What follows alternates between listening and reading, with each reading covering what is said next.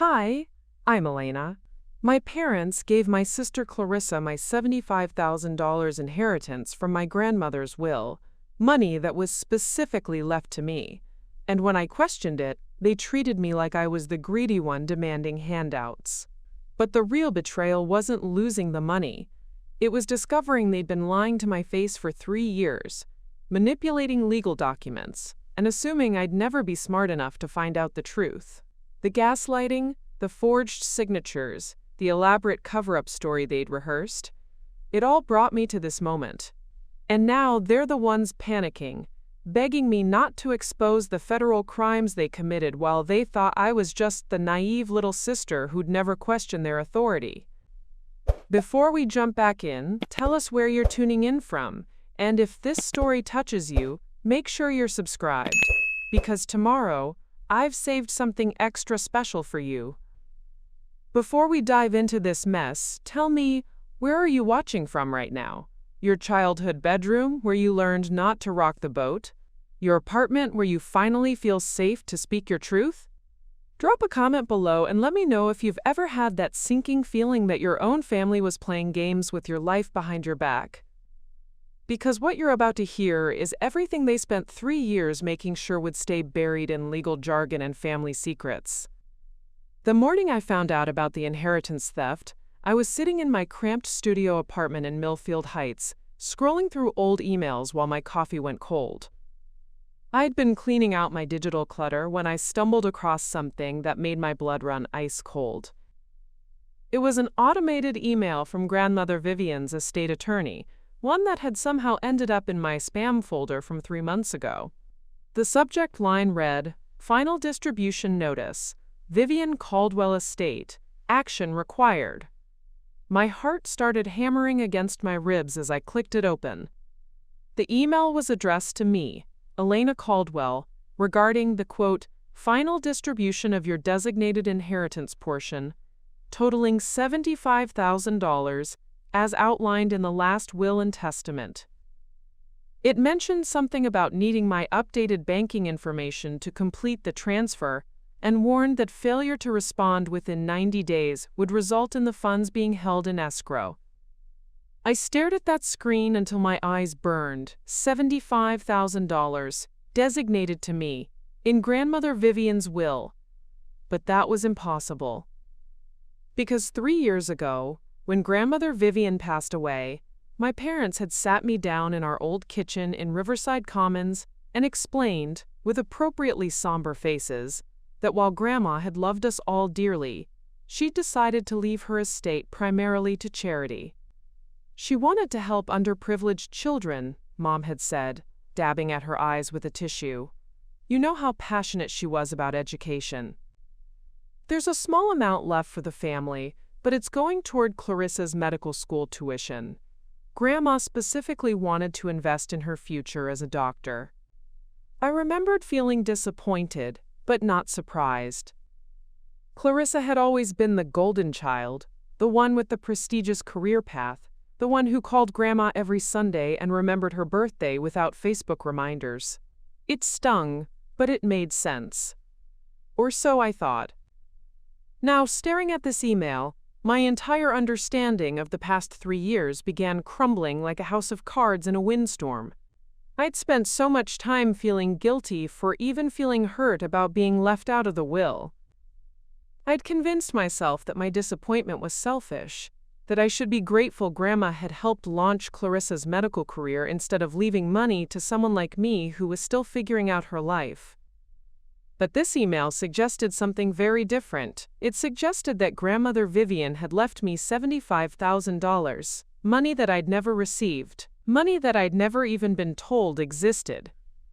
With shaking fingers, I screenshot the email and then spent the next 2 hours diving down a rabbit hole that would change everything I thought I knew about my family. I called the law office mentioned in the email. The receptionist, Mrs. Hendricks, sounded surprised when I introduced myself. "Oh, Miss Caldwell, we've been trying to reach you for months. Your parents said you'd moved abroad and were difficult to contact, but they assured us they'd handled the communication. Haven't you received any of our correspondence about your inheritance?" The room started spinning. My parents told you I moved abroad? Yes, they mentioned you were doing volunteer work in Southeast Asia and had limited internet access. They provided an alternate contact address for family communications. We've been sending all the documentation there. I closed my eyes, feeling sick. What alternate address? Well, I can't give out that information over the phone for privacy reasons, but if you'd like to come in with proper identification, we can certainly update your contact information and get this sorted out. After I hung up, I sat in my kitchen for what felt like hours, staring at my phone and trying to process what I'd just learned.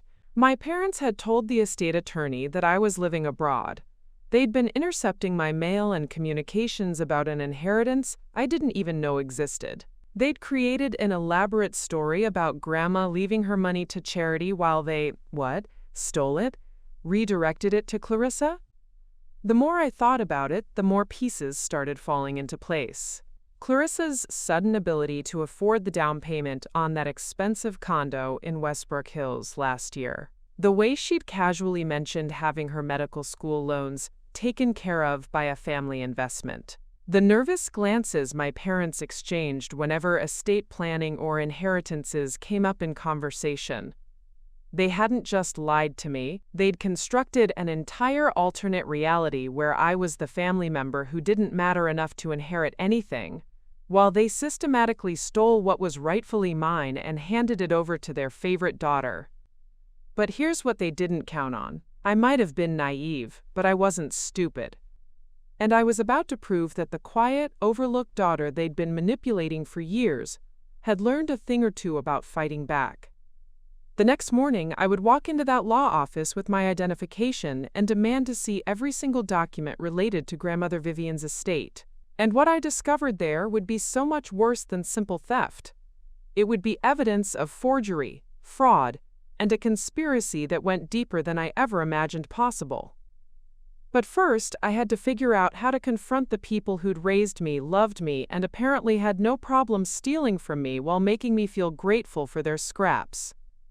Preparing and narrating this story took us a lot of time, so if you are enjoying it, subscribe to our channel, it means a lot to us. Now back to the story. Before we continue with what happened when I walked into that law office, I need to know something about you. Have you ever had that moment where you realized the people you trust most have been lying to your face? Maybe it was finding out your parents had been reading your diary, or discovering your best friend had been talking behind your back, or learning that your partner had been hiding money from you. Drop a comment below and tell me where you're watching this from right now. Are you in your childhood bedroom, looking around at all the family photos, and wondering what other secrets are hiding behind those smiles? Are you in your own place, finally free to question the stories you were told growing up? Or maybe you're somewhere in between, still figuring out who you can really trust. Because what I'm about to tell you isn't just about money. It's about the moment you realize that the people who taught you about honesty and integrity have been playing by completely different rules. It's about discovering that while you've been beating yourself up for being selfish or ungrateful, they've been systematically gaslighting you to cover up their own crimes. If you've ever felt like the family scapegoat, the one who's always told they're too sensitive or making things up, then this story is going to hit different. If you've ever been made to feel guilty for wanting what's rightfully yours, or if you've ever been told you should be grateful for scraps while watching someone else get the feast, then you need to hear what happened next. And if you love stories about karma finally catching up to people who think they're too smart to get caught, then hit that subscribe button right now, because you're about to witness the most satisfying legal takedown I've ever seen. Trust me, by the end of this story, you'll understand why my parents went from treating me like an inconvenience to desperately calling me at 2 a.m. begging me not to destroy the family. You're about to hear everything they thought would stay buried in legal documents and family lies. Everything they counted on me being too intimidated, too naive, or too grateful to ever investigate. But here's what they forgot. Underestimating someone for years doesn't make them weak. It makes them dangerous when they finally wake up. So buckle up, because this rabbit hole goes deeper than even I expected, and the evidence I found was so damning that even their lawyer couldn't look them in the eye by the end of it. The law office of Patterson, Mills and Associates sat on the corner of 3rd Street and Harbor Avenue in downtown Millfield, housed in one of those old brick buildings that looked like it had been watching over family secrets for the better part of a century. As I climbed the worn marble steps that Tuesday morning, my hands were shaking so badly I could barely grip the brass door handle. I'd spent the entire night lying awake, staring at the ceiling, rehearsing what I would say and trying to prepare myself for what I might discover. The lobby smelled like old leather and fresh coffee, with dark wood paneling that absorbed sound and made everything feel hushed and serious. Mrs. Hendricks, the receptionist I'd spoken to on the phone, turned out to be a woman in her 60s, with kind eyes behind wire-rimmed glasses, and the sort of gentle smile that immediately made you feel like you could trust her with your secrets. When I introduced myself, her face lit up with recognition. "Elena, oh my goodness, it's so wonderful to finally meet you in person. Mr. Patterson has been asking about you for months. Please, have a seat. Can I get you some coffee? Water? You look a little pale, dear." I accepted a glass of water and tried to steady my breathing while she buzzed Mr. Patterson's office. The waiting area was filled with the kind of heavy furniture that suggested decades of family disputes, estate battles, and life-changing revelations.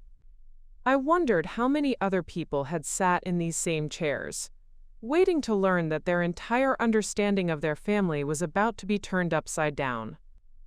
Mr. Patterson emerged from his office 5 minutes later, a tall, silver-haired man in his 50s wearing a navy suit and an expression that immediately shifted from professional courtesy to genuine concern when he saw me. "Miss Caldwell," he said, extending his hand, "I have to say, you look nothing like the photographs your parents provided." My stomach dropped. "Photographs?" "Yes. They showed us several pictures when they explained your situation. Said you'd lost a significant amount of weight due to illness while abroad, and that you'd changed your appearance quite dramatically. But you—" He paused, studying my face carefully. "You look exactly like your grandmother when she was your age. Same eyes, same bone structure. I should have recognized you immediately." The room started tilting slightly. They'd shown him fake photographs. They'd created an entire fictional version of me to explain why I looked different from whoever they were pretending was me. The level of premeditation this required was staggering. "Mr. Patterson," I said, my voice barely above a whisper, "I need to see my grandmother's will, the real one. And I need to see every piece of correspondence you've had with my parents." His expression darkened. "I think you'd better come into my office." The next hour unfolded like a nightmare in slow motion. Mr. Patterson spread document after document across his conference table, each one revealing another layer of deception so elaborate it was almost impressive in its thoroughness. The original will was crystal clear. Elena Caldwell was to receive $75,000 from the estate, while Clarissa Caldwell would receive $25,000. There were also specific instructions about family heirlooms, including Grandmother Vivian's vintage pearl necklace and her collection of first edition books, all designated for me. "Your grandmother was very explicit about her reasoning," Mr. Patterson explained, pointing to a handwritten note attached to the will. "She felt that Clarissa had already received substantial financial support throughout her education, while you had been largely overlooked. She wanted to balance things out, and she specifically mentioned hoping this inheritance would give you the freedom to pursue your own dreams without financial pressure." I touched the note with trembling fingers. It was definitely Grandmother Vivian's handwriting. I recognized the distinctive loops and the way she dotted her I's with little circles instead of dots. She'd remembered how I'd always felt like the afterthought in the family. She'd seen it too. But then came the truly devastating part. Mr. Patterson showed me a stack of documents that my parents had submitted 3 months after the will reading. There was a notarized letter supposedly from me, formally declining my inheritance and requesting that it be transferred to Clarissa instead. The letter cited my unstable financial management skills and my desire to support my sister's noble medical career as the reasoning. The signature on that letter was a decent forgery of my name, but there were subtle differences that I noticed immediately. The way the E in Elena was formed, the slant of the letters. It was close, but it wasn't mine. Someone had practiced my signature, probably using samples from birthday cards or old documents, and had gotten good enough to fool a lawyer who'd never met me in person. "I need you to understand," Mr. Patterson said carefully, "that if this signature is fraudulent, we're looking at some very serious legal violations. Wire fraud, forgery of legal documents, theft of estate assets. These are federal crimes with significant penalties." I stared at the forged letter until the words blurred together. My own parents had committed federal crimes to steal my inheritance. They'd forged my signature, created false documents, and constructed an elaborate lie about my whereabouts to cover their tracks. And they'd done it all while looking me in the eye every Sunday at family dinner, letting me feel guilty for being disappointed about grandmother Vivian's supposed decision to leave me nothing. "There's more," Mr. Patterson said gently. "The address they provided for forwarding your mail? It's a P.O. box registered under your father's name. We've been sending all correspondence there for the past 18 months, including quarterly statements about the inheritance account and several requests for updated contact information." He showed me copies of every letter they'd sent, letters asking for my current address, letters requiring my signature for tax purposes, letters that would have revealed the truth months ago, if I'd ever received them. My parents had been intercepting it all, probably destroying the evidence before I could ever stumble across it. But the most chilling detail was yet to come. Mr. Patterson pulled out a folder marked Caldwell Estate Secondary Beneficiary Documents and spread the contents across the table. Inside were application forms for Clarissa to be named as the primary beneficiary, dated just 2 weeks after my supposed renunciation letter.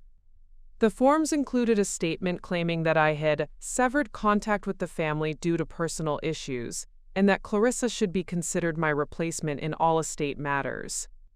"Your sister came in personally to submit these," Mr. Patterson said. "She seemed genuinely upset about your supposed estrangement from the family.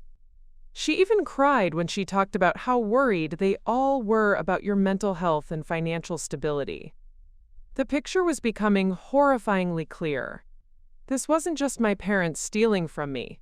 Clarissa had been an active participant. She'd sat in this very office, probably in the same chair I was sitting in now, and performed grief over my supposed breakdown, while knowingly participating in fraud. She'd looked a lawyer in the eye and delivered rehearsed lines about being worried about her poor, unstable sister, who couldn't be trusted with money. All those years of feeling like I was being too sensitive about family dynamics, of wondering if I was imagining the favoritism and the subtle cruelty, I hadn't been imagining anything. If anything, I'd been underestimating just how far they were willing to go to maintain their preferred version of reality. "Mr. Patterson," I said, surprised by how steady my voice sounded, "I want to file a formal complaint. I want every document analyzed for forgery. And I want to know exactly how much money they've stolen from me, including any interest or investment gains that should have been accumulating." He nodded grimly. "I was hoping you'd say that, because frankly, in 30 years of practice, I've never seen a case of estate fraud this brazen. They didn't just steal from you, Elena. They created an entire fictional narrative to justify it, and they involved multiple parties in federal crimes." As I left his office that afternoon, clutching copies of every document he'd shown me, I felt like I was walking through someone else's life. The family I'd grown up with, the people who'd taught me about right and wrong, had spent years orchestrating one of the most elaborate thefts I'd ever heard of. And they'd done it all while making me feel grateful for their scraps. I drove home from the law office in a daze, my mind spinning with everything I'd learned. The manila folder full of evidence sat on my passenger seat like a bomb, waiting to explode my family apart. By the time I pulled into my apartment complex, I'd made a decision. I wasn't going to sit on this information. I wasn't going to quietly handle it through lawyers or wait for the right moment. I was going to confront them directly tonight at the weekly family dinner that I'd been dutifully attending every Sunday for the past 3 years while they looked me in the eye and lied. The Caldwell family Sunday dinners were a sacred tradition, held every week at my parents' house in Riverside Commons at exactly 6 o'clock. Mom would cook her famous pot roast, Dad would open a bottle of wine that cost more than my monthly grocery budget, and we'd all sit around the antique dining table that had belonged to great-grandmother Rose and pretend we were the perfect, loving family. Clarissa would regale us with stories from her medical residency, Mom would fuss over everyone's plates, and Dad would hold court with opinions about politics and current events that no one was allowed to challenge. I'd always felt like a supporting character in these dinners, present but not particularly important, tolerated rather than welcomed. Now I understood why. They'd been sitting at that table for months, knowing they'd stolen my inheritance, watching me struggle with my student loans and my tiny apartment, and feeling absolutely nothing. If anything, they probably enjoyed the performance of being the generous family who included their less successful daughter out of charity. I arrived at their house at exactly 6 o'clock. Just like always, the Tudor-style home in the expensive part of town had been my childhood prison, all dark wood and heavy curtains, and the kind of oppressive formality that made you feel like you were always being judged. As I walked up the brick pathway, I could see them through the dining room window, already seated at the table. Clarissa was wearing scrubs, probably coming straight from the hospital, looking appropriately noble and dedicated. Mom was in her usual Sunday best, a silk blouse that probably cost more than my rent. Dad sat at the head of the table in his favorite chair, the one that made him look like a patriarch presiding over his domain. They looked so normal, so innocently domestic. If I hadn't been carrying a folder full of evidence of their crimes, I might have actually felt guilty for what I was about to do. I let myself in with my key, another little symbol of how they kept me just close enough to control but far enough away to ignore. "Sorry I'm late," I called out, hanging my coat in the hall closet like I had hundreds of times before. "Elena, perfect timing," Mom called from the dining room. "We were just talking about Clarissa's rotation in pediatric surgery. She's been getting such wonderful feedback from the attending physicians." I walked into the dining room with the manila folder tucked under my arm and took my usual seat, the one with the slightly wobbly leg that faced away from the window. Clarissa beamed at me from across the table, her perfect teeth gleaming in the chandelier light. "Hey sis, how was your week? Still working at that nonprofit thing?" She said nonprofit thing, the way other people might say sewage treatment plant, with a kind of pitying condescension that I'd learned to ignore years ago. "Actually," I said, setting the folder on the table next to my water glass, "I had a really interesting week. I met some new people, learned some fascinating things about estate law." Dad looked up from carving the roast, his expression mildly curious. "Estate law? That's a rather morbid topic for dinner conversation." "Is it?" I asked, maintaining perfect eye contact. I thought it might be relevant, considering Grandmother Vivian's will has been such an important part of our family finances lately. The temperature in the room seemed to drop several degrees. Mom's smile faltered slightly, and I caught the quick glance she exchanged with Dad. Clarissa continued eating, but I noticed her fork had stopped moving. "Sweetheart," Mom said carefully, "you know we've discussed this before. Grandmother Vivian's estate was quite modest after her medical expenses, and she chose to leave most of it to charity. We've been through this." "Right," I said, opening the manila folder and pulling out the first document. "That's exactly what you told me." But then I received this interesting email from Patterson Mills and Associates asking about my inheritance distribution. $75,000 specifically designated for me in Grandmother Vivian's last will and testament. I placed the will on the table, right next to the serving bowl of mashed potatoes. The silence that followed was so complete I could hear the grandfather clock ticking in the hallway. Dad cleared his throat. "Elena, I'm not sure what kind of scam you've gotten caught up in, but..."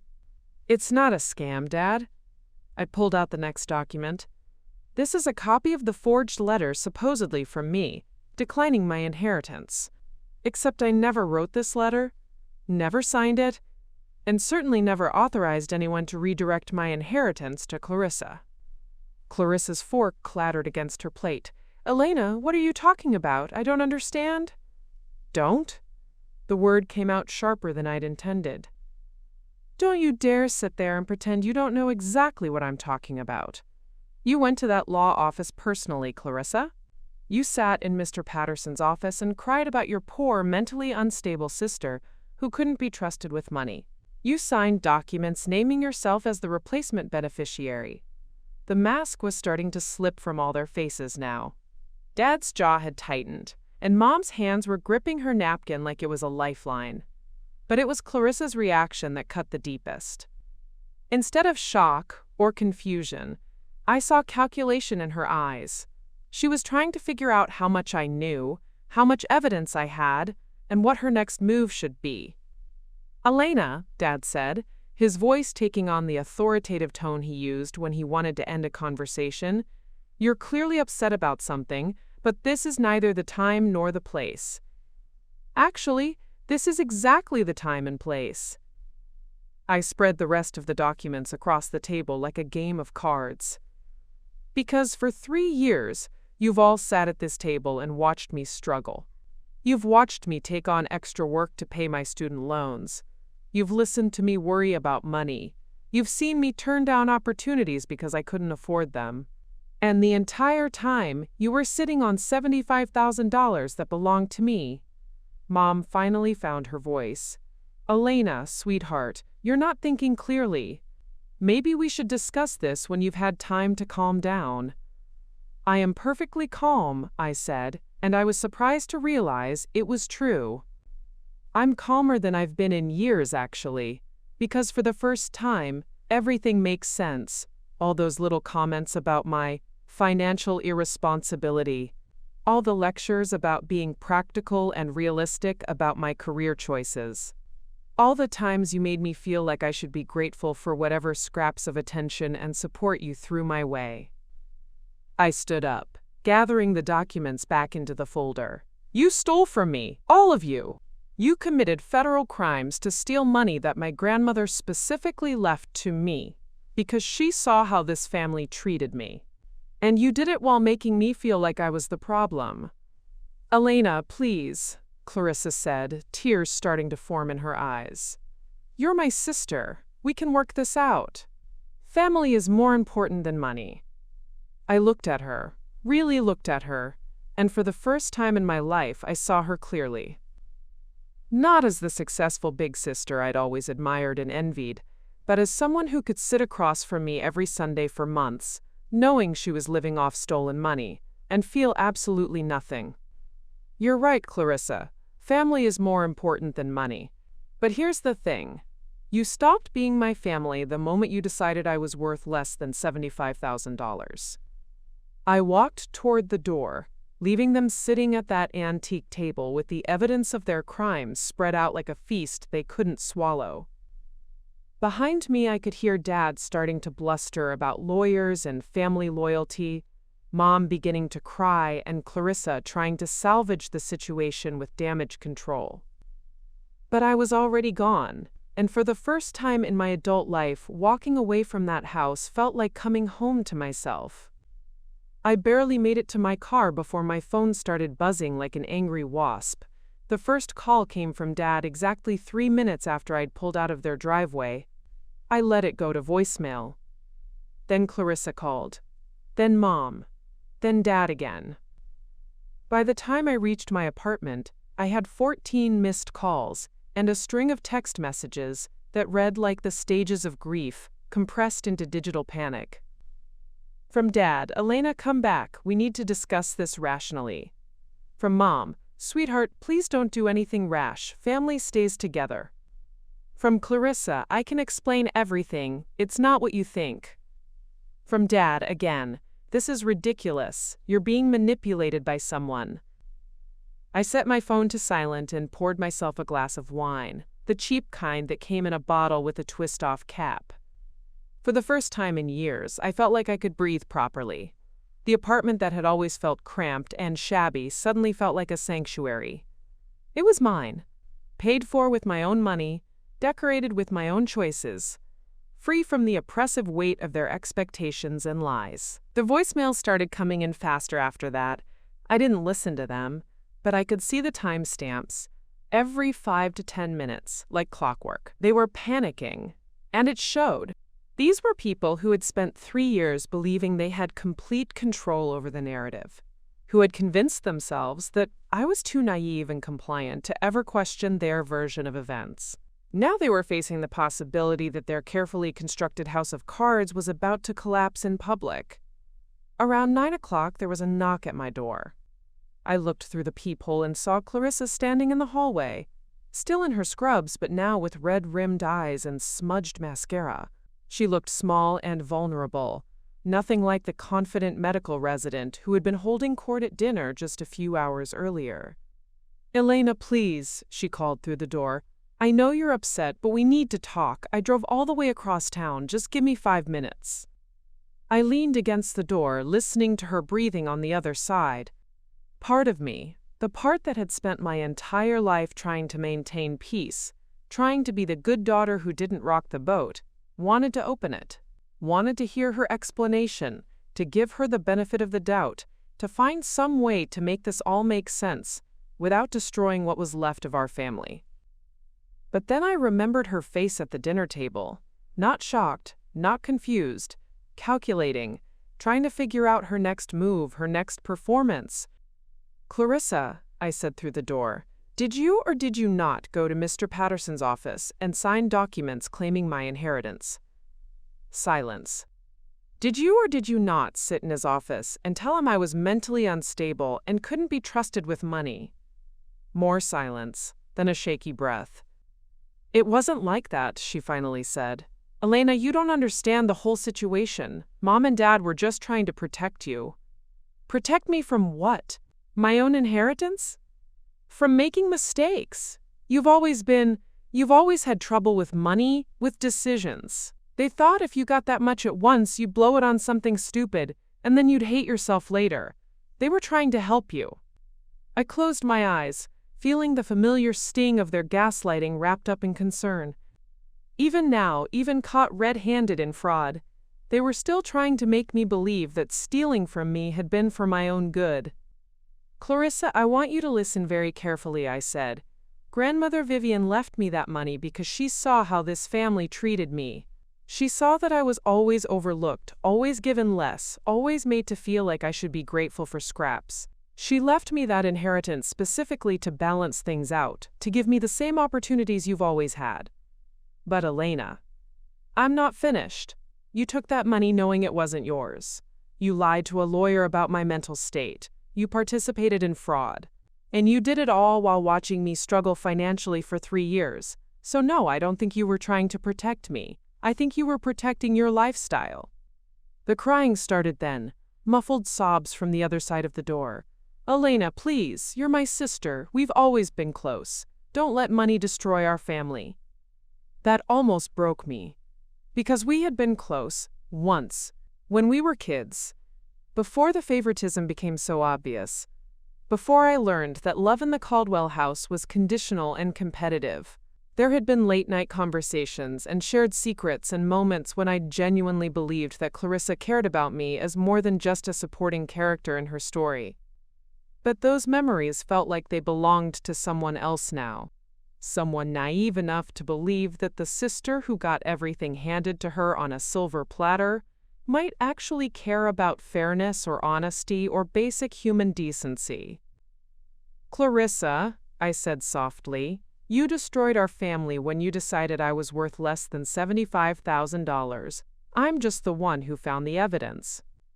Her footsteps faded down the hallway, and I heard her car start in the parking lot below. I walked to my window and watched her drive away, probably heading back to her expensive condo in Westbrook Hills, the one she'd bought with my stolen inheritance money. The text messages continued throughout the night, becoming increasingly desperate and manipulative.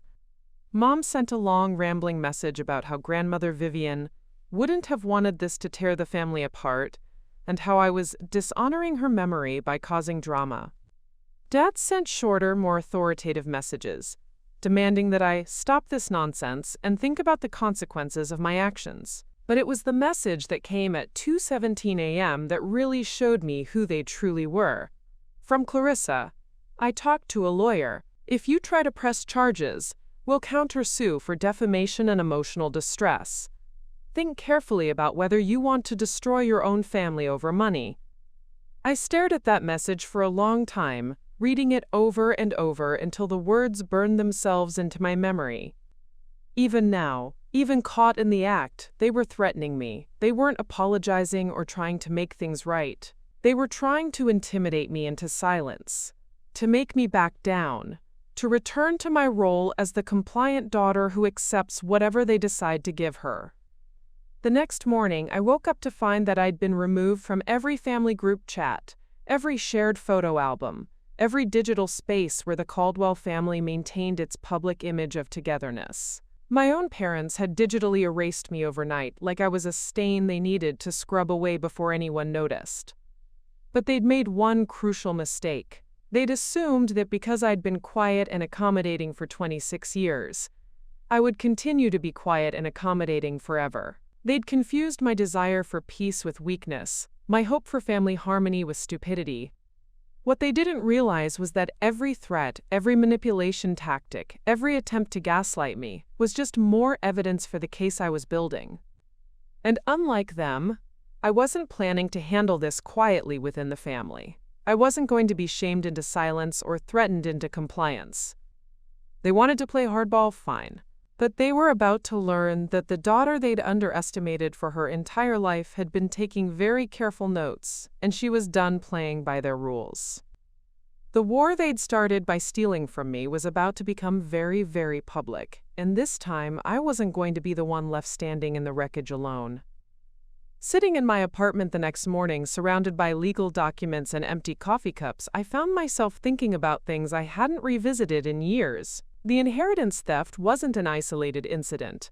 It was just the most recent and most elaborate example of a pattern that had been playing out my entire life. I'd always known something felt off about my place in the family, but I'd convinced myself I was being oversensitive, that every family had its dynamics, that love didn't always look the same for everyone. Now, with the evidence of their calculated deceptions spread across my kitchen table, I began to see the broader picture with startling clarity. I remembered my 13th birthday, when my parents had thrown Clarissa an elaborate Sweet 16 party 3 months earlier. 200 guests, a live band, and a Tiffany bracelet that cost more than most people's cars. When my birthday rolled around, they took me to dinner at Olive Garden and gave me a gift card to Target. "We're saving money for Clarissa's SAT prep course," Mom had explained. "You understand, don't you, sweetie? Education is so important." I'd understood. I'd always understood. That was my role in the family.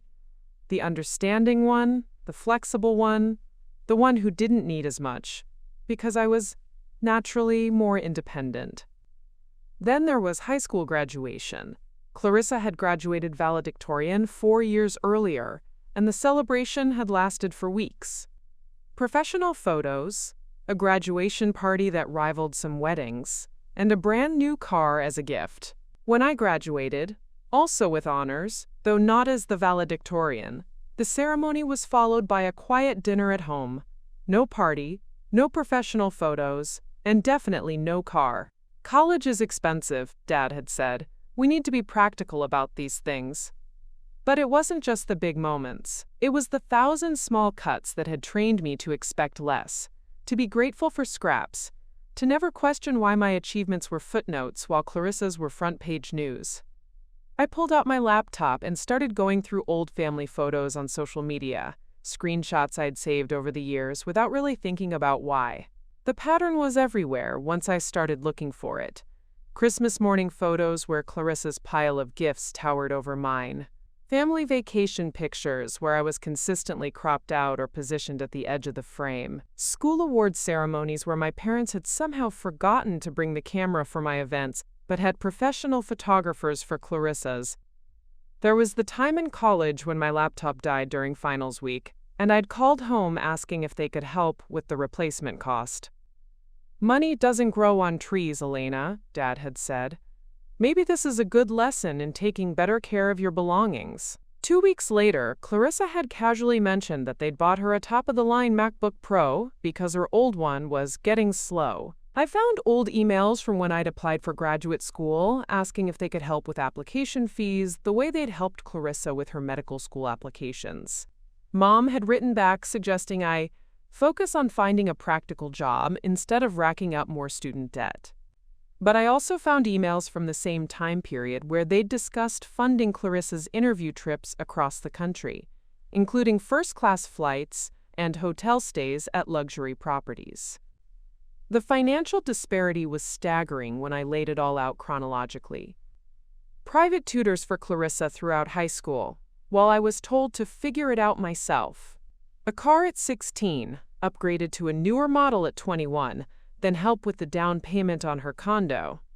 Medical school tuition paid in full, plus living expenses, plus funding for conferences and networking events. Meanwhile, I'd worked 3 jobs to pay for community college, transferred to a state school to save money, and graduated with debt that I was still paying off at 26. When I'd mentioned struggling with student loans at family dinners, they'd give me advice about budgeting better and making smarter financial choices. The cruel irony was that I'd internalized their narrative so completely that I'd actually felt guilty about resenting Clarissa's advantages. I'd convinced myself that she deserved more, because she was naturally gifted, because she'd chosen a noble profession, because she was just easier to love. I'd spent years in therapy trying to work through my feelings of inadequacy and sibling jealousy, never realizing that what I was experiencing wasn't a character flaw. It was the rational response to systematic emotional and financial abuse.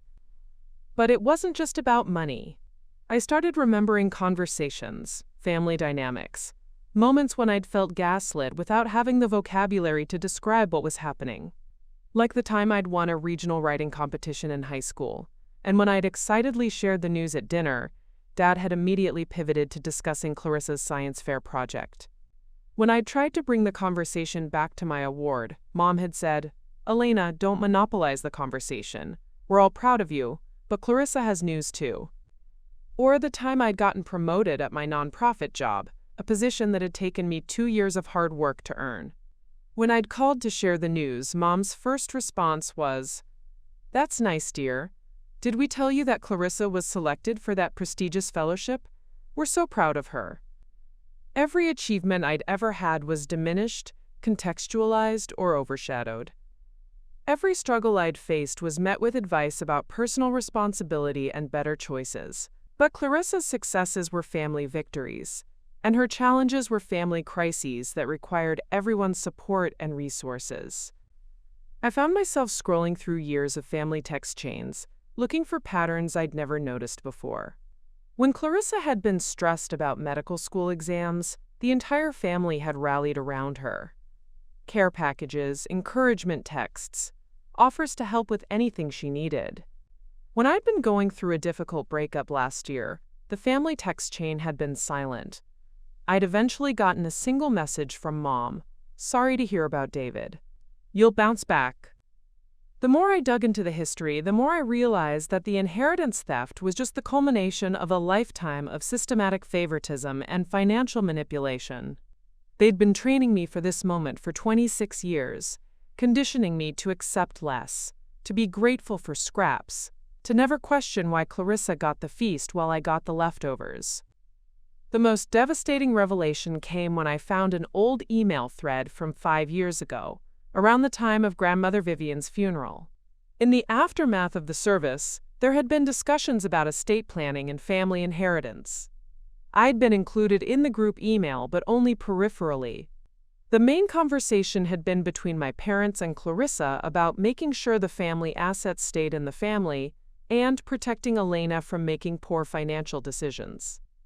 Even then, 5 years before Grandmother Vivian had died, they'd been discussing how to manage my potential inheritance. They'd been planning this theft for half a decade, talking about me like I was a child who couldn't be trusted with my own money, like I was a problem to be managed, rather than a family member to be respected. Reading those emails, I felt something shift inside me that went beyond anger or hurt. It was a kind of crystalline clarity, a recognition that this had never been about money at all.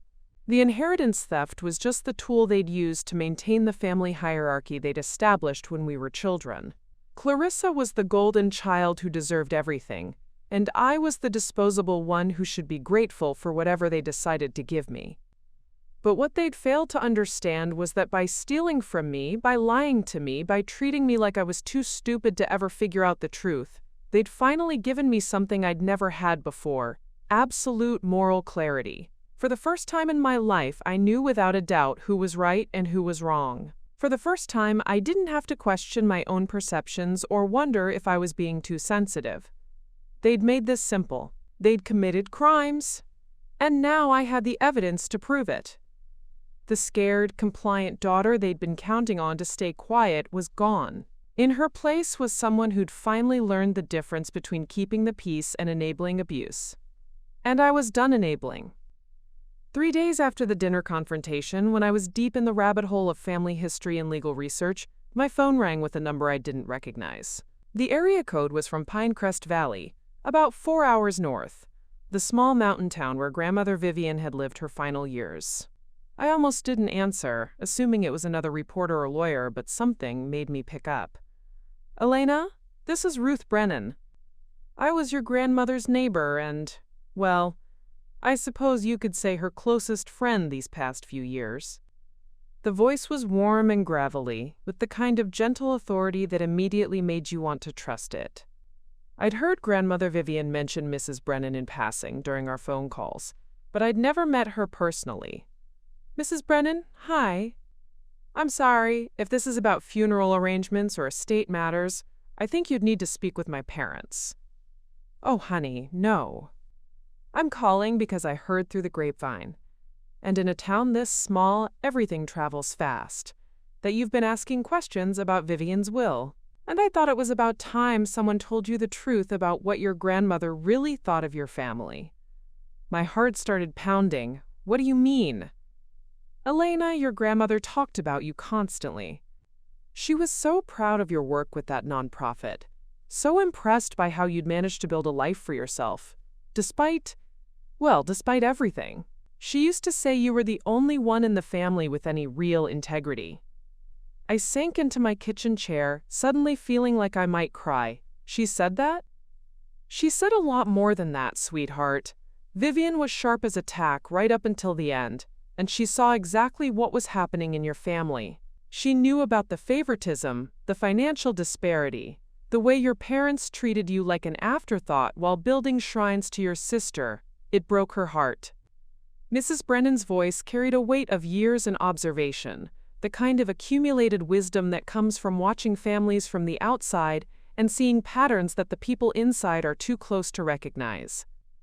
"She talked about rewriting her will multiple times over the years," Mrs. Brennan continued. "Initially, she'd planned to split everything equally between you and Clarissa. But the more she saw how your parents handled things, the more she realized that equal wasn't the same as fair.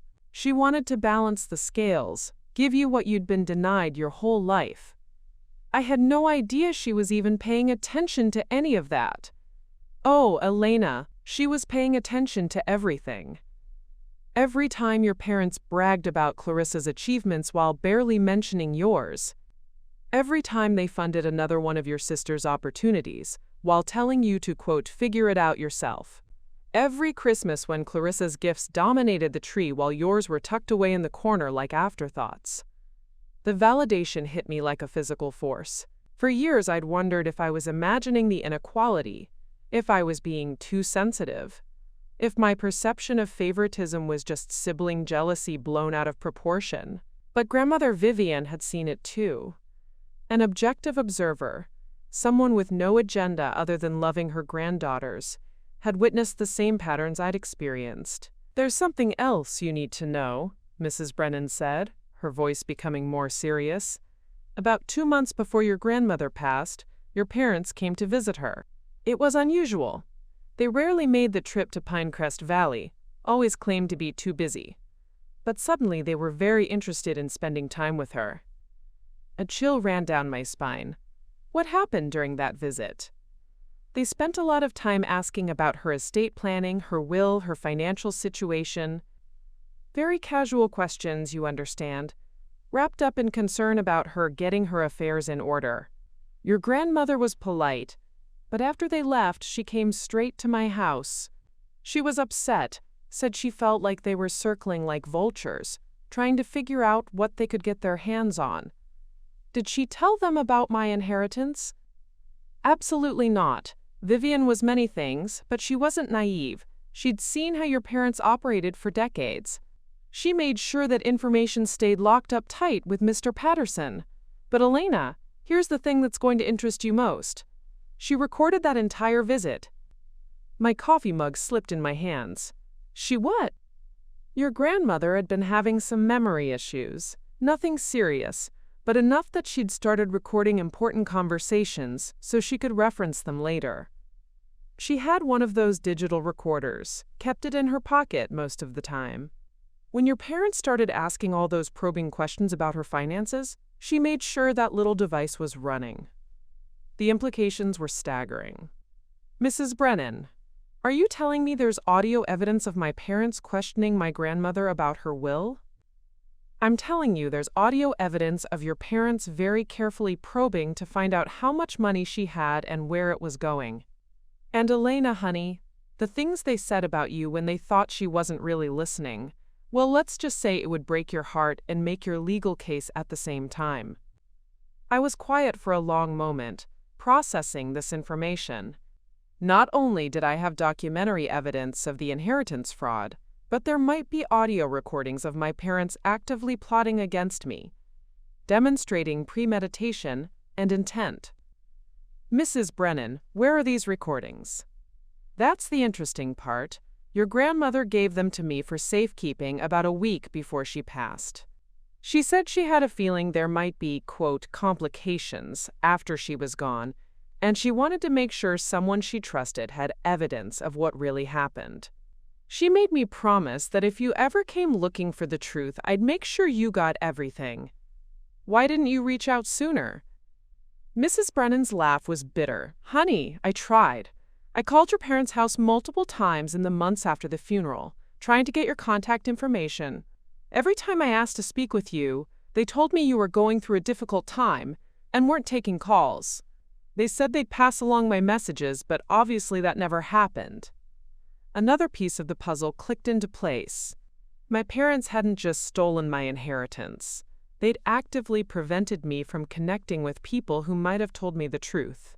They'd isolated me from anyone who could have exposed their lies. There's more, Elena. Your grandmother left you a letter too. Sealed, with instructions that it should only be given to you personally, never through intermediaries. I've been holding on to it for 3 years, wondering if I'd ever get the chance to honor her wishes. My voice was barely a whisper. A letter? She wrote it about a week before she died. She was worried about what might happen after she was gone, worried that your parents might try to manipulate the situation. She wanted to make sure you knew how much she loved you, how proud she was of you, and how sorry she was that she hadn't intervened more directly in the family dynamics over the years. I was crying now, tears streaming down my face as I thought about my grandmother spending her final days worried about my welfare, trying to protect me from beyond the grave from the family that should have been protecting me in life. Mrs. Brennan, I need to come to Pinecrest Valley. I need to see these recordings, read that letter. I was hoping you'd say that. Elena, your grandmother loved you fiercely, and she saw exactly who you were beneath all the ways your family tried to diminish you. She wanted to give you more than money. She wanted to give you proof that you were worthy of love and respect. Proof that the problem was never you. Can I drive up tomorrow? Honey, I'll put the coffee on now and keep it warm until you get here. And Elena? Your grandmother would be so proud of you for fighting back. She always said you had a spine of steel beneath that gentle exterior. She was just waiting for the day you'd find it. After I hung up, I sat in my kitchen for a long time, staring at my reflection in the dark window. For 26 years, I'd felt like I was fighting ghosts, like I was the only one who could see the patterns of favoritism and manipulation that had defined my family. But I wasn't alone. I'd never been alone. Somewhere in a small mountain town, a wise woman who'd loved my grandmother was holding evidence that would not only prove my case but validate every instinct I'd ever had about my family's dysfunction. More than that, she was holding a letter from the one person in my family who'd truly seen me, truly valued me, truly believed I deserved better. Tomorrow, I would drive to Pinecrest Valley. And when I came back, I would have more than just evidence of crimes. I would have proof that I was worthy of love, worthy of inheritance, worthy of justice. I would have my grandmother's voice speaking from beyond the grave, telling me what I'd needed to hear my entire life. That the problem was never me. The drive back from Pinecrest Valley was a blur of mountain highways and racing thoughts. Ruth Brennan's evidence sat in a manila envelope on my passenger seat.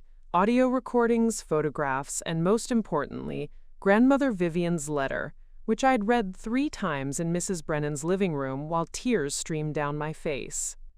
The letter was everything I'd hoped for and more. Validation, love, and explicit instructions about what she wanted me to do if my parents tried to steal what she'd left me. But more than that, the recordings were devastating. Hours of my parents carefully probing my dying grandmother about her assets, making subtle comments about my quote, judgment and Clarissa's bright future, and even discussing strategies for managing Elena's expectations about the estate. They'd been planning this theft for months before she died, treating her deathbed like a strategic planning session. I was so focused on processing everything I'd learned that I almost missed the black sedan that had been following me for the past 30 miles. Almost. But when it took the same exit I did, then made the same series of turns toward my apartment complex, my stomach dropped.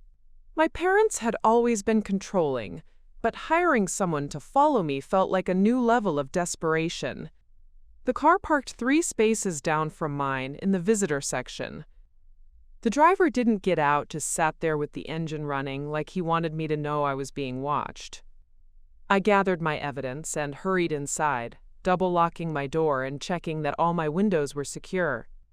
My phone started ringing before I'd even set the envelope down. "Elena?" Dad's voice was cold, controlled, but I could hear the tension underneath. "We need to talk." "I don't think we do." "You've been asking questions around town, stirring up trouble with people who don't understand the full situation. This has gone far enough." The arrogance was breathtaking. Even now, with evidence of their crimes literally in my hands, he was still trying to position himself as the reasonable authority figure dealing with a difficult child. "Actually, Dad, I think it hasn't gone far enough. But don't worry, that's about to change." "Elena, listen very carefully. What you're doing right now could destroy this family. Is that really what you want? To tear apart everything your mother and I have built over some misunderstanding about paperwork?" Misunderstanding about paperwork. He was calling federal fraud a misunderstanding about paperwork. "Where did you get the photographs you showed Mr. Patterson?" "The ones that supposedly showed me after my illness abroad?" Silence. "Then, I don't know what you're talking about." "The photographs, Dad. The ones that looked nothing like me. Where did you get them?" More silence. When he spoke again, his voice had changed, becoming more calculated. "Elena, you're clearly under a lot of stress. Maybe you should consider talking to someone professional about these paranoid thoughts you're having." And there it was. The gaslighting had begun in earnest. I was paranoid, stressed, having delusions. Anything except the truth, which was that they'd committed multiple felonies and gotten caught. "I'm hanging up now. Don't call me again unless it's to discuss returning my $75,000 plus interest." "Elena, wait." I ended the call and immediately blocked his number. Then I blocked Mom's and Clarissa's too. If they wanted to communicate with me, they could do it through lawyers. But they weren't done. Not even close. The next morning, I woke up to find my car windows covered with flyers. Someone had plastered dozens of them across the windshield, side windows, and rear glass. Each flyer had my photo, obviously taken from social media without permission, and text that read, "Elena Caldwell, struggling with mental health issues. Family seeking to help. If you see her, please call," followed by my parents' phone number. My hands shook as I tore them off the car. The photo they'd used was from 2 years ago, during a particularly stressful period at work when I'd lost weight and looked exhausted. They'd chosen it deliberately to make me look unstable, unwell, potentially dangerous. I looked around the parking lot and spotted flyers on several other cars, telephone poles, and the community bulletin board by the mailboxes. They were literally trying to turn my own neighborhood against me, making me look like a missing person or someone having a breakdown who needed to be reported to my concerned family. When I got to work, my supervisor pulled me aside. "Elena, I got a strange call this morning from someone claiming to be your father. He said you'd been missing for several days and that we should contact him immediately if you showed up. He seemed very concerned about your mental state." The humiliation burned through me like acid. They were calling my workplace, probably my friends, anyone they could think of, spreading the narrative that I was having some kind of breakdown and that they were the loving family trying to help their troubled daughter. "My father and I are having a legal dispute," I said carefully. "I'm not missing, and I'm not having any mental health issues. If he calls again, please don't give him any information about me." My supervisor looked uncomfortable but nodded. "Of course. Elena, is everything okay? Your family seemed genuinely worried." That afternoon, I discovered they'd gone even further. Someone had called my landlord, claiming to be conducting a wellness check because I'd been acting erratically, and my family was concerned about my safety. My landlord had actually gone to my apartment and knocked, and when I wasn't there, he'd called the police to request they check on me. I found this out when Officer Martinez knocked on my door that evening, looking apologetic but professional. "Miss Caldwell, we got a call about a possible wellness check. Are you okay?" After I explained the situation, carefully, without going into too much detail about the legal issues, Officer Martinez shook his head. "Ma'am, I'm sorry to say this, but what you're describing sounds like harassment. You might want to consider filing a restraining order." "A restraining order?" "Against my own parents." 3 days ago, I'd been trying to figure out how to have a difficult conversation with my family. Now I was being advised to get legal protection from them. But the worst was yet to come. The next day, I received a call from my health insurance company informing me that someone had called claiming to be my medical power of attorney, requesting information about my recent treatments and medications. When they'd asked for documentation, the caller had hung up. Then my bank called. Someone had attempted to access my account information, claiming to be conducting a quote, family intervention for someone with serious financial management issues. The bank had refused to provide any information, but they wanted to alert me to the attempt. They were systematically trying to breach every aspect of my privacy, to gather ammunition for their narrative that I was unstable and incompetent. They were building a case for having me declared mentally unfit, probably hoping to get control of any legal proceedings through some kind of guardianship claim. The final straw came that Friday evening. I was heating up leftover Chinese food when someone knocked on my door. Through the peephole, I saw a woman in a business suit holding a clipboard. "Miss Caldwell, I'm Janet Pierce from Adult Protective Services. We received a report that you might be experiencing some difficulties that require intervention." My blood turned to ice. They'd called Adult Protective Services on me. My own parents had reported me as a vulnerable adult who needed state intervention. I opened the door but kept the chain engaged. "What kind of report?" The caller expressed concern that you'd been exhibiting signs of paranoia, making false accusations against family members, and showing signs of mental deterioration. They requested an evaluation to determine if you're capable of making decisions in your own best interest. I couldn't speak for a moment. The sheer audacity, the calculated cruelty of using state services designed to protect vulnerable people as a weapon against me, left me breathless. Miss Pierce, I'm in the middle of a legal dispute with my family over financial fraud. I'm not mentally ill, I'm not incompetent, and I don't need state intervention. I'm working with an attorney and have documentation of everything I've alleged. She looked skeptical, but professional. I understand this is frustrating, but we have to follow up on reports. Would you be willing to answer a few questions? I spent the next hour proving my competency to a social worker while my dinner got cold, answering questions designed to assess my mental state and decision-making abilities. It was humiliating, invasive, and completely unnecessary, exactly what my parents had intended. After Ms. Pierce left, satisfied that I was neither mentally ill nor in need of intervention, I sat in my living room and felt something harden inside me. They weren't just trying to discredit me or scare me into backing down. They were trying to destroy my life piece by piece, using every tool at their disposal. But what they didn't realize was that each escalation, each desperate attempt to silence me was just more evidence of their guilt. People don't go to these lengths to cover up a misunderstanding about paperwork. They were acting like people who had committed serious crimes and would do anything to avoid the consequences. The scared, compliant daughter they'd been counting on was gone.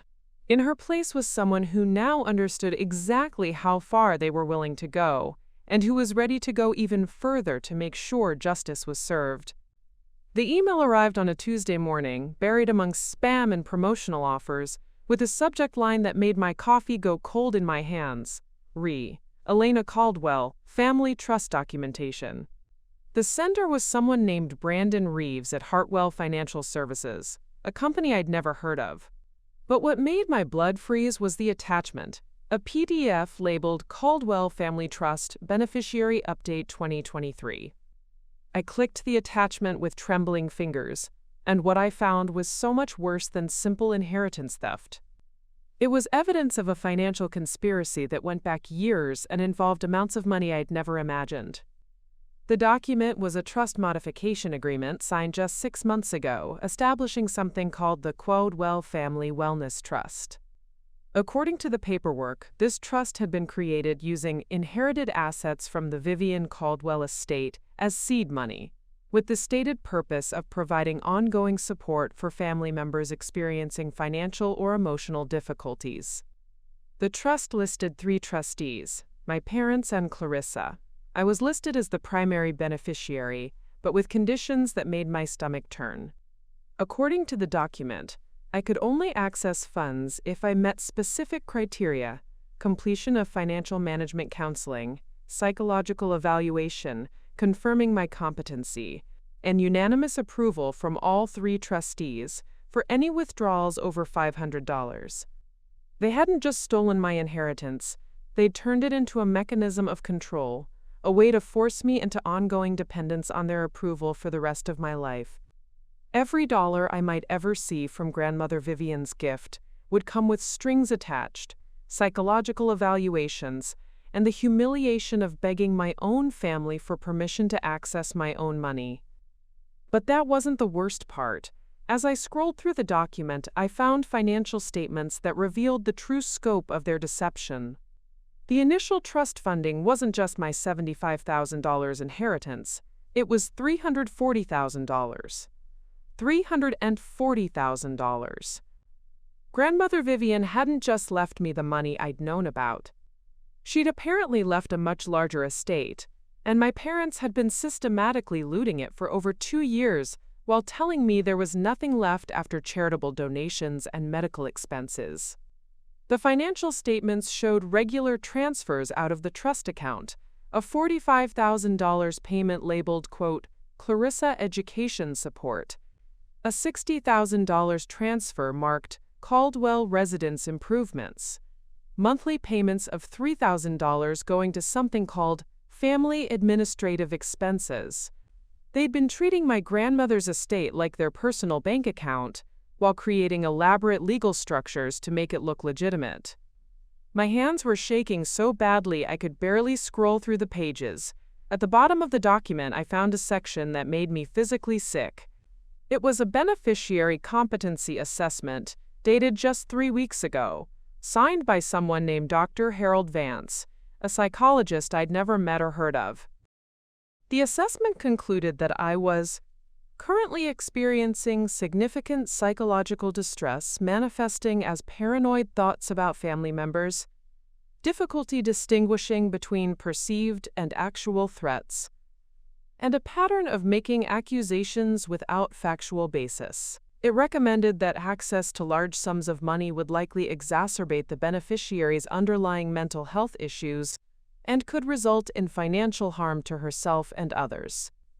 Dr. Harold Vance had declared me mentally unfit to handle my own inheritance without ever meeting me, examining me, or speaking to me, and he'd done it 3 weeks ago, right around the time I'd first discovered the inheritance theft and started asking questions. This wasn't just theft. This was a comprehensive, long-term strategy to steal everything grandmother Vivian had left while creating legal documentation that would justify their actions if they were ever caught. They'd anticipated the possibility that I might discover the truth, and they'd prepared for it by having me declared mentally incompetent by a psychologist who was clearly in their pocket.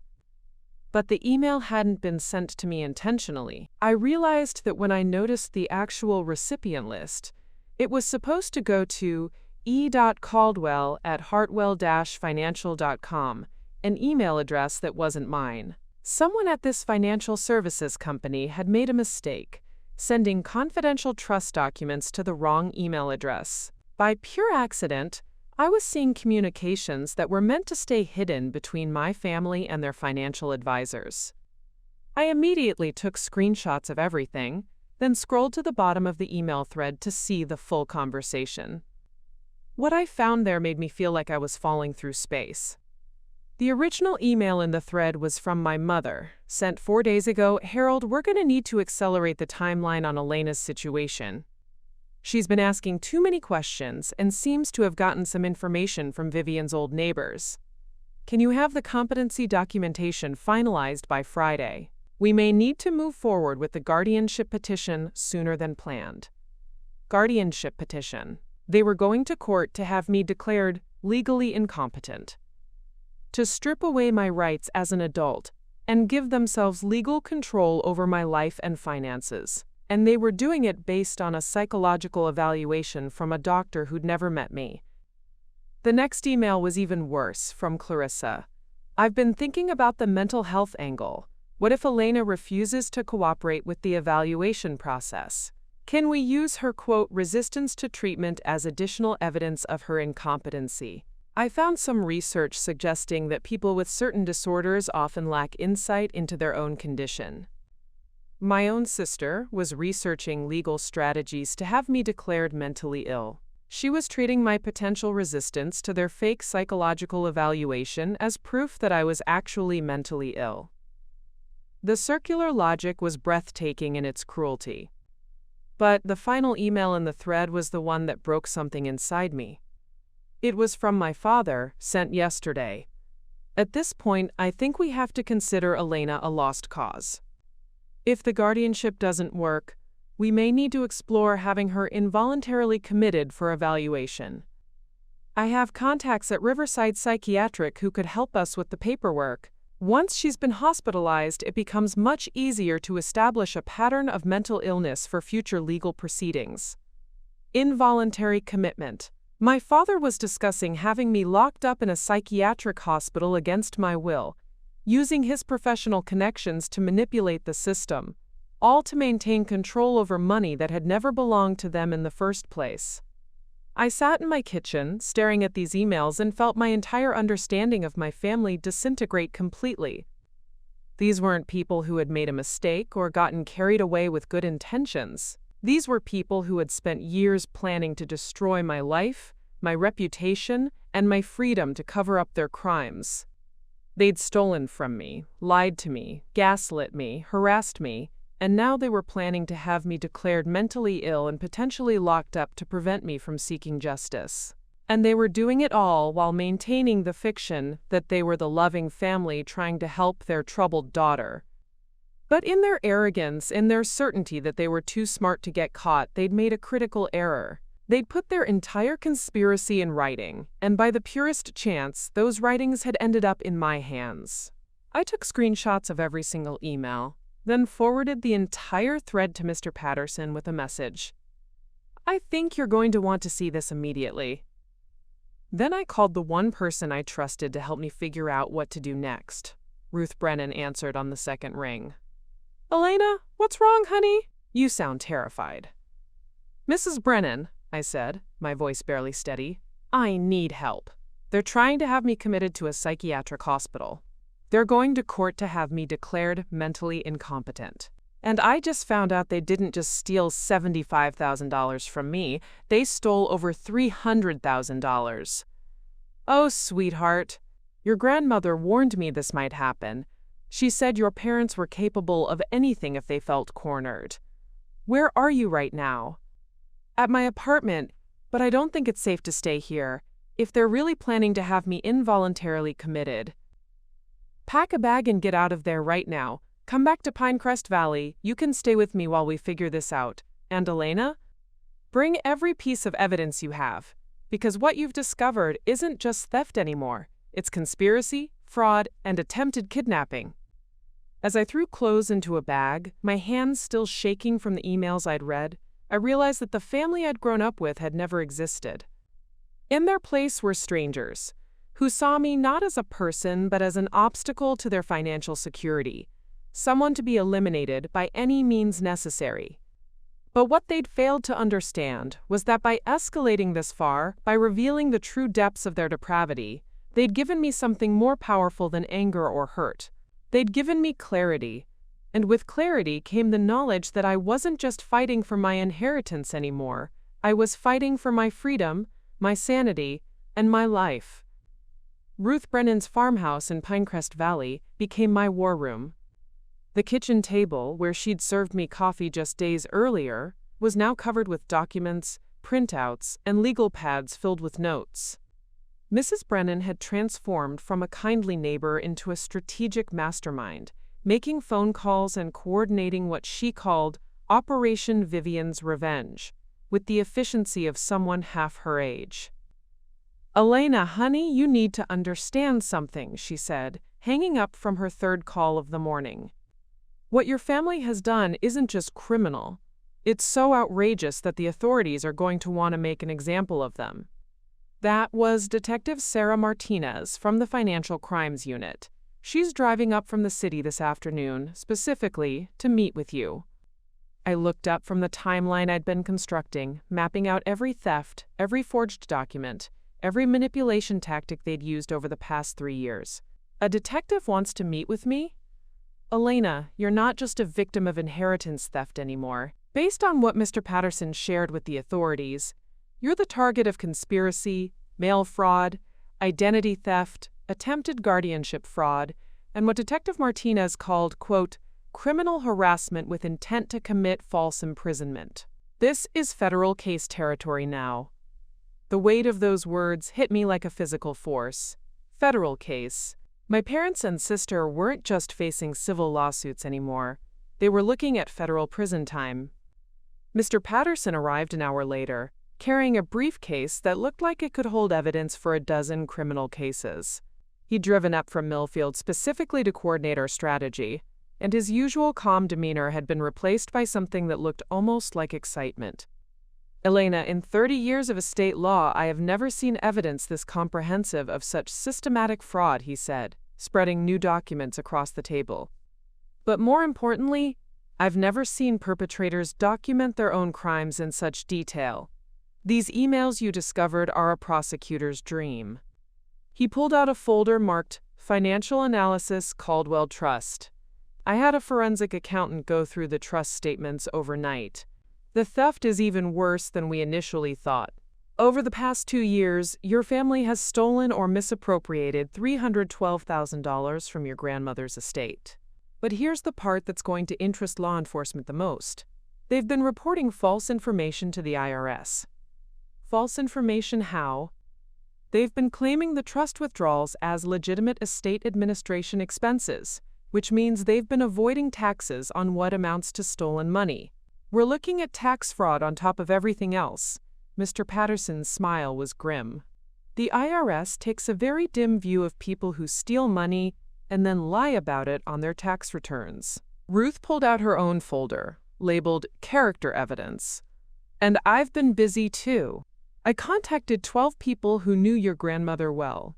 Neighbors, her book club, her church friends, her doctor.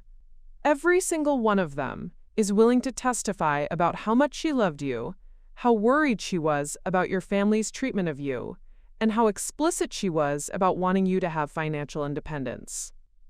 She handed me a stack of handwritten statements.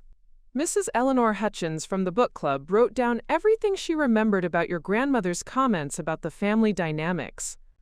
Dr. Rebecca Stone, your grandmother's physician, documented conversations about her concerns for your welfare. Even Father Michael from St. Catherine's wrote a statement about how your grandmother specifically asked him to pray for your, quote, strength to stand up for yourself against family members who didn't value you properly. Reading these statements, I felt a wave of emotion that was equal parts grief and vindication. Grandmother Vivian hadn't just seen the favoritism and manipulation.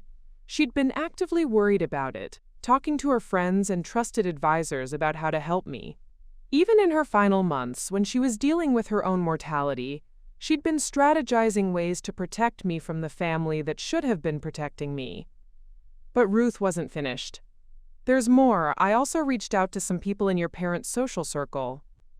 It turns out your family's financial situation isn't as solid as they pretend.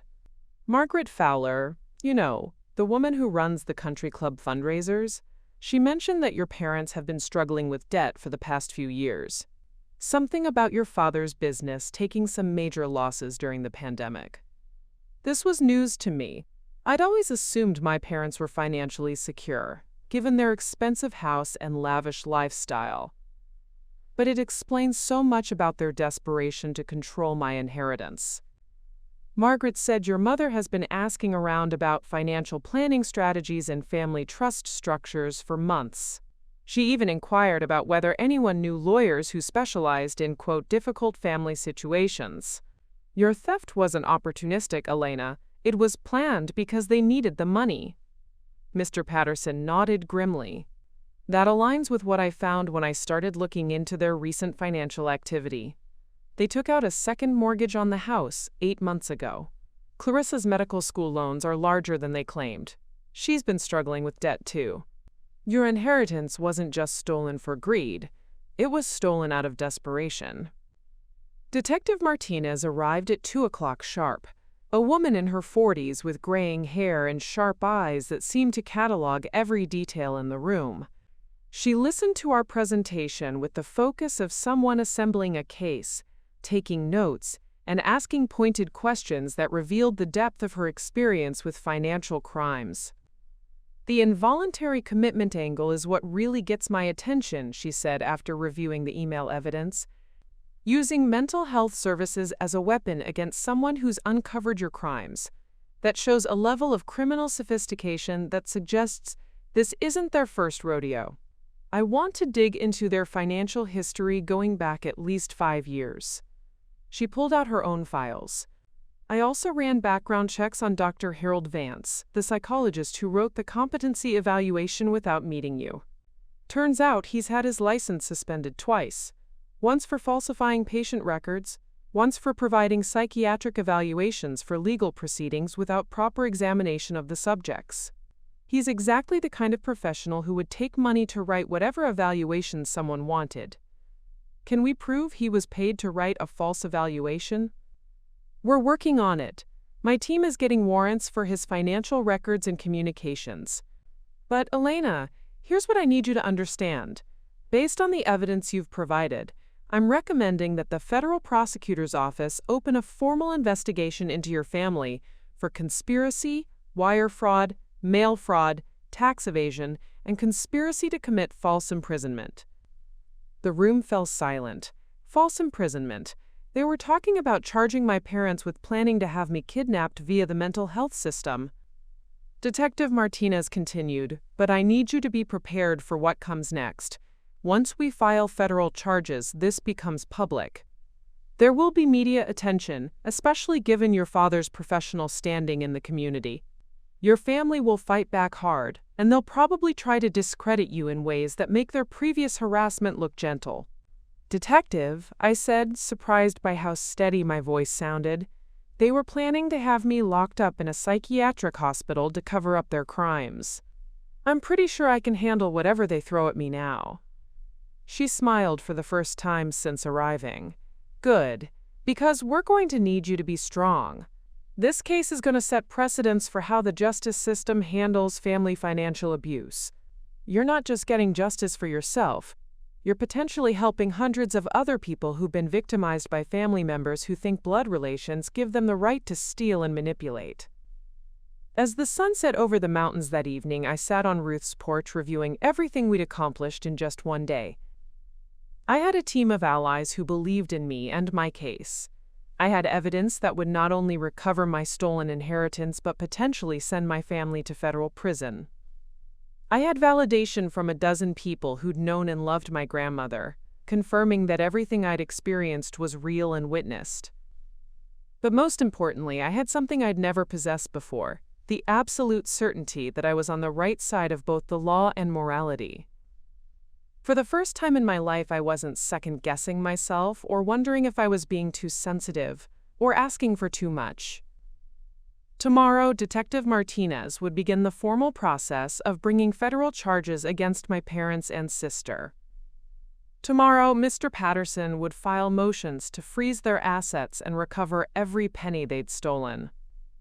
Tomorrow, the people who'd spent my entire life teaching me that I was worth less than nothing would learn what it felt like to be held accountable for their actions. But tonight, sitting on the porch where my grandmother's friend had welcomed me with open arms, I felt something I'd never experienced before, the peace that comes from knowing you're fighting not just for yourself, but for justice itself. The text message arrived at 6:47 a.m., 3 weeks after Detective Martinez had filed federal charges. Turn on Channel 8 News. Now, Ruth. I fumbled for the remote in my temporary bedroom at Ruth's house, my heart already racing. When the local morning show flickered to life, I saw my parents' faces filling the screen under a banner that read, "Breaking, prominent local family charged in $300,000 inheritance fraud scheme." The reporter, a serious-looking woman named Jessica Chen, was standing outside the federal courthouse in downtown Millfield. Federal prosecutors have filed charges against 3 members of the Caldwell family in what they're calling one of the most elaborate inheritance fraud schemes in state history. Thomas Caldwell, a respected attorney, his wife Margaret, and their daughter Clarissa are accused of stealing over $300,000 from a family trust and attempting to have the rightful beneficiary declared mentally incompetent to cover up their crimes. The screen switched to footage of my parents being led from their house in handcuffs, and I felt a shock of cognitive dissonance watching the people who'd raised me being treated like the criminals they actually were. Dad looked smaller somehow, his usual commanding presence reduced to a man trying to hide his face from cameras. Mom was crying, but it was the performative crying I'd seen her use at funerals and charity events, calculated tears designed to generate sympathy. But it was the next part of the report that made me grip Ruth's couch cushions until my knuckles went white. The case began when the victim, Elena Caldwell, discovered that her inheritance from her deceased grandmother had been stolen and redirected to other family members. But according to court documents, when Ms. Caldwell began investigating, her family allegedly launched a campaign of harassment and attempted to have her involuntarily committed to a psychiatric facility to prevent her from pursuing legal action.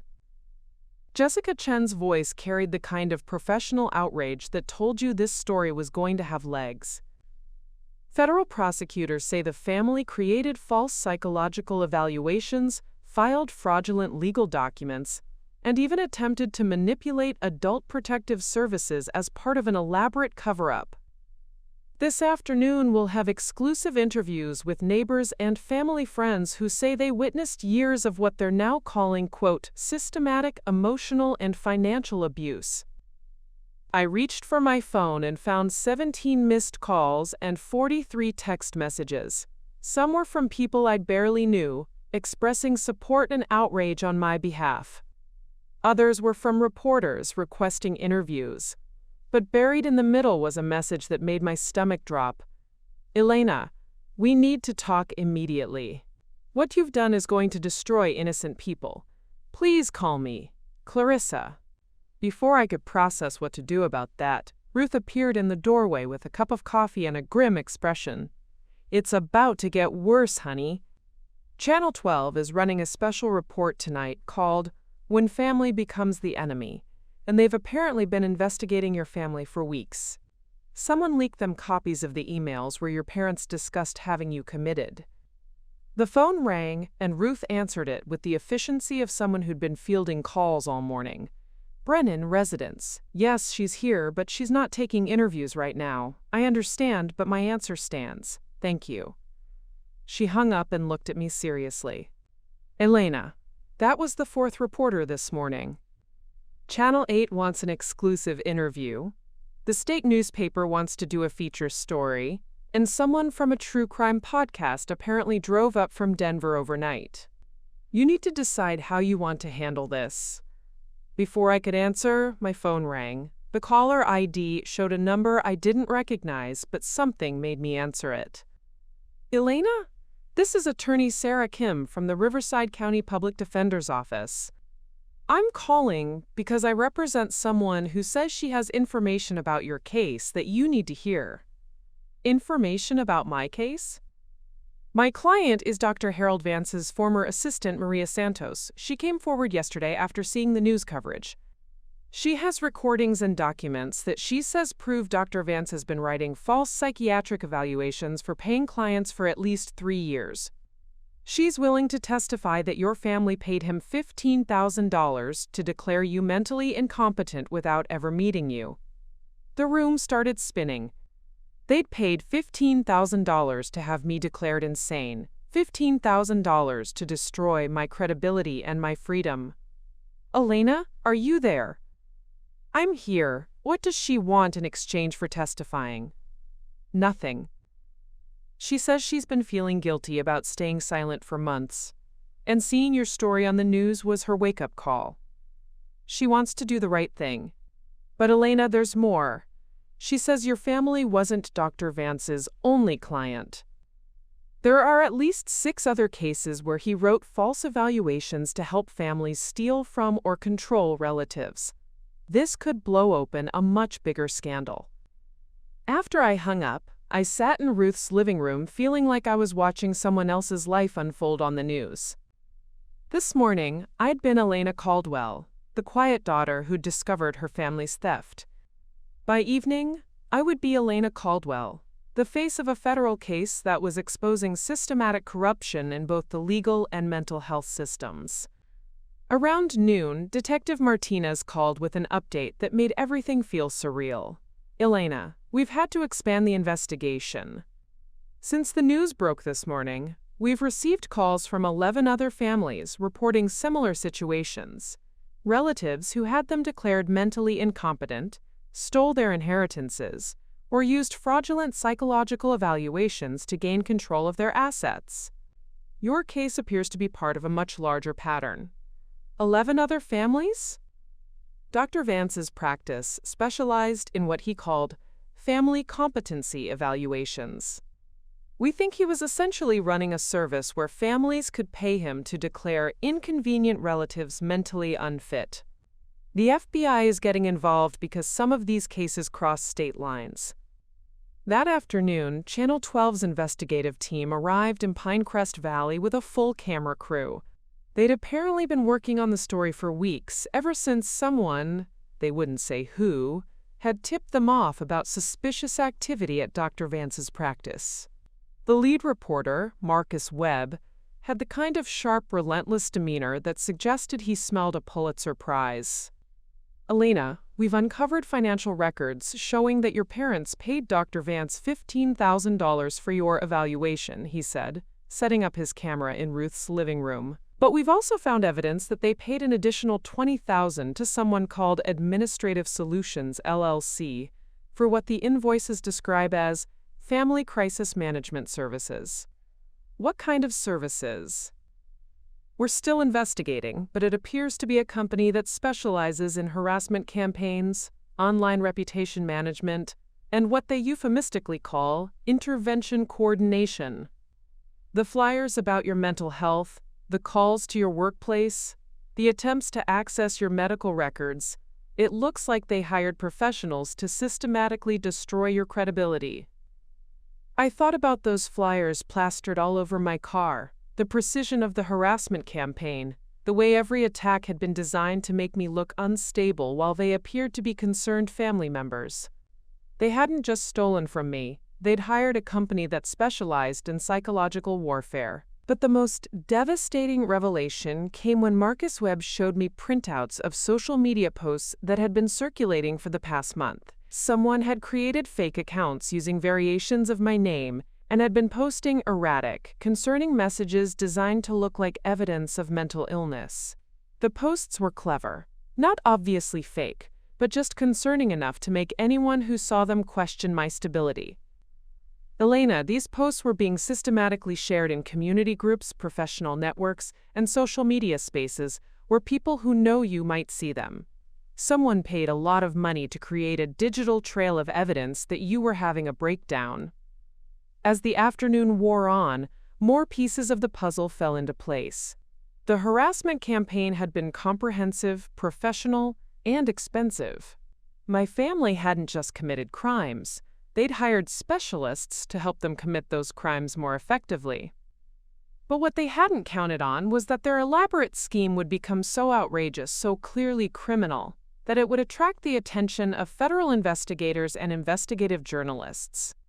In their desperation to silence me, they'd created exactly the kind of scandal that makes careers for prosecutors and reporters. By evening, the story had been picked up by national news outlets. My phone was buzzing constantly with interview requests, legal offers, and messages of support from strangers who'd seen the coverage and wanted to share their own stories of family financial abuse. As I watched the sunset from Ruth's porch, I realized that what had started as a personal quest for justice had become something much larger. Tomorrow, congressional representatives would be calling for investigations into the regulation of psychological evaluations in legal proceedings.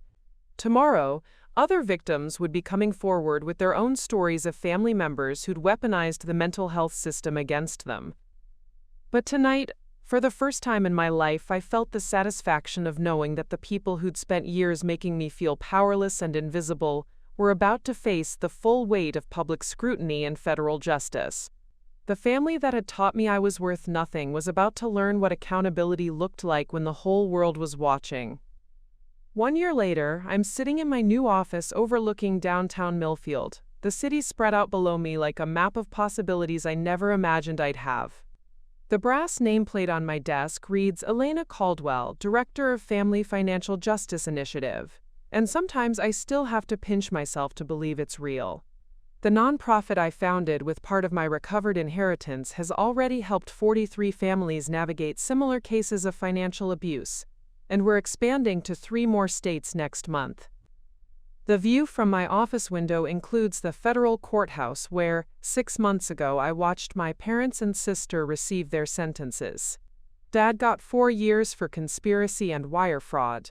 Mom received 3 years for her role in the document forgery and harassment campaign. Clarissa, who'd cooperated with prosecutors and testified against Dr. Vance, received 18 months in community service. The sentences felt both too light and perfectly adequate. Justice doesn't always feel the way you expect it to. But the real victory wasn't the prison time. It was watching the elaborate facade they'd built crumble in real time. Seeing them finally face consequences for behaviors they'd spent decades believing they could get away with. More importantly, it was the systemic changes that followed. Dr. Vance lost his license permanently and received 7 years for running what federal prosecutors called a criminal enterprise disguised as a psychological practice. The company they'd hired to harass me, Administrative Solutions LLC, was shut down, and its owners charged with conspiracy to commit cyberstalking and identity theft. The knock on my office door interrupts my reflection.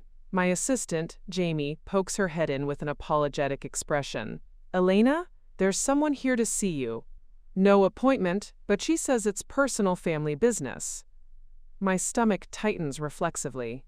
Even after everything, the phrase family business still triggers a fight-or-flight response that I'm working through with my therapist. But when I look past Jamie into the reception area, I see a woman I don't recognize. Mid-50s, nervous-looking, clutching a manila folder with the desperate grip of someone carrying evidence of their own nightmare. "Send her in, please." The woman introduces herself as Patricia Reynolds, and within 5 minutes, I'm listening to a story that sounds heartbreakingly familiar. Her brother and his wife had convinced their aging father to sign over power of attorney, then systematically drained his accounts while convincing other family members that Patricia was trying to steal from him.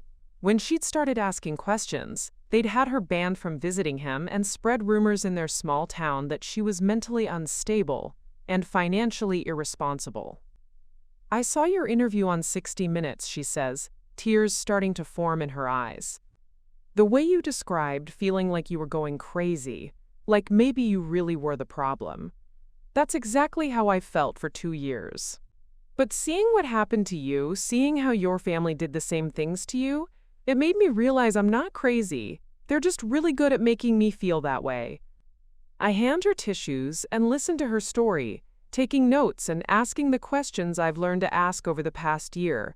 How much money is involved? What kind of documentation does she have? Who else in the family might be willing to speak honestly about what they've witnessed? As she talks, I feel the familiar mixture of rage and determination that fuels my work now. Rage at families who exploit the people who should be able to trust them most, and determination to make sure they face consequences. "Patricia, based on what you're telling me, I think we can help. But I want you to understand something important. Fighting back against family financial abuse is hard, and it's going to get worse before it gets better. They're going to escalate their tactics when they realize you're serious about holding them accountable."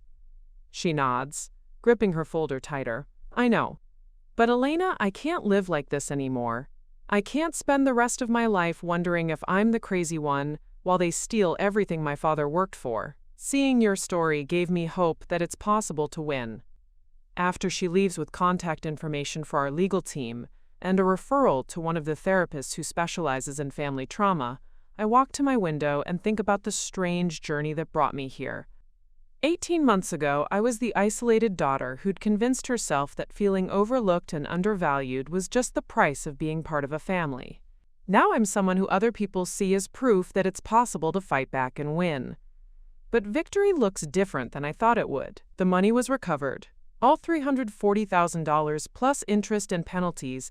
That brought the total to nearly $500,000. The legal fees were substantial, but seeing my family held accountable was worth every penny. More importantly, the case led to federal legislation requiring stricter oversight of psychological evaluations used in legal proceedings and created new protections for people reporting family financial abuse.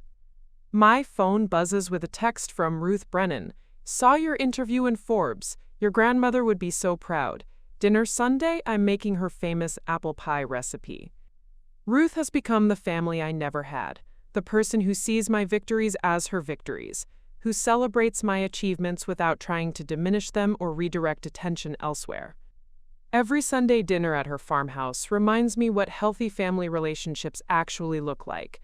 Supportive without being controlling, proud without being possessive, loving without keeping score.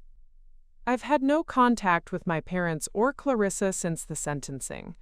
They've sent letters through lawyers, not apologies, but carefully worded attempts to reframe their actions as misguided attempts to help me. Even now, even after federal convictions, They can't bring themselves to acknowledge that what they did was purely self-serving theft. The letters go directly into a file my attorney keeps. I don't read them anymore. But I did read the letter that came last month from Clarissa's former best friend, Melissa, who reached out to apologize for years of passive complicity in my family's treatment of me. She wrote about watching the favoritism, the financial disparity, the casual cruelty, and feeling uncomfortable but not knowing what to say. Her letter was the first genuine apology I'd received from anyone connected to my family, and it meant more than she probably realized. As the day winds down, I review the files on my desk. 3 new cases this week, each one a variation on the same theme of family members who think blood relations give them the right to steal, manipulate, and abuse. Tomorrow I'll meet with a woman whose stepchildren convinced their father to disinherit her while he was in the early stages of dementia. Next week, I'm testifying before a state legislative committee about the need for better protections against family financial predators. The work is hard, and sometimes the stories break my heart. But every case we win, every family predator we expose, every victim who finds their voice feels like a small piece of justice for the girl who spent 26 years believing she was worth less than nothing. I've learned that the opposite of family dysfunction isn't perfect family harmony. It's the ability to recognize dysfunction when you see it and refuse to participate in it. It's choosing truth over peacekeeping, justice over comfort, self-respect over approval from people who've never respected you anyway. Sometimes the family that loves you, supports you, and believes in your worth is the one you choose rather than the one you're born into. Sometimes the people who hurt you most are the ones who taught you about love. And sometimes the greatest act of self-love is walking away from people who've made it clear that your well-being will never be their priority. What about you? Have you ever had to choose justice over family loyalty? Have you ever discovered that the people who should protect you were actually the ones you needed protection from? Share your story in the comments below. I read every single one, and I want you to know that if you're fighting battles like this, you're not alone and you're not crazy. The hardest truth about family financial abuse is that it's rarely about money. It's about power, control, and the belief that some people matter more than others. But here's what I learned. When you stop accepting crumbs and start demanding the respect you deserve, you discover that you're capable of building a life that doesn't require anyone else's permission or approval. And that kind of freedom? That's worth more than any inheritance they could have stolen. Up next, you've got 2 more standout stories right on your screen. If this one hit the mark, you won't want to pass these up. Just click and check them out.